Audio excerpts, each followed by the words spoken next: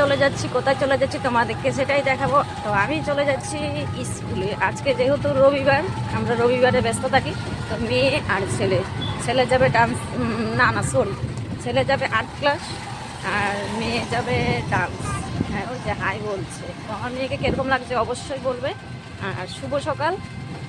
এই যে আমার ছেলে বেশি কথা বলে না, একটু হাই বলো। ও বেশি ভালোবাসে না মোবাইল জিনিসটা, এটা একটা খুব ভালো ব্যাপার। আর আমি কোন গাড়িতে আছি? আমি আছি তোমাদের দাদাভাইয়ের গাড়িতে। এটা রয়েছে আমার হাজবেন্ড, ঠিক আছে।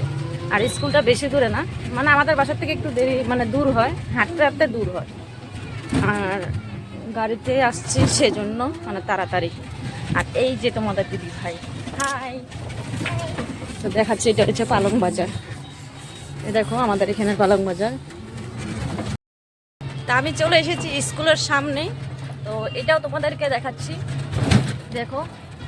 আর যেটা দেখিয়েছি এটা হচ্ছে ফিল্ড, মানে একটা স্কুলের ফিল্ড। এখানে পালং বাজার হয় মঙ্গলবারে বসে। আর এই যে রাস্তায় গলি, এই দেখো স্কুল সামনে। এই যে উঠে গিয়েছি স্কুলের রাস্তাতে, আর স্কুল চলে যাচ্ছি। তোমরা কেমন আছো অবশ্যই বলবে, ভালো লাগলে একটু লাইক কমেন্ট করবে। সকাল সকাল বলেছি আমরা ব্যস্ত থাকি রবিবার, আর তোমরা কে কে ব্যস্ত থাকো রোববারে অবশ্যই বলবে। দেখো এই যে চলে আসলাম স্কুল। এই যে এখন ঢুকে যাব স্কুলে।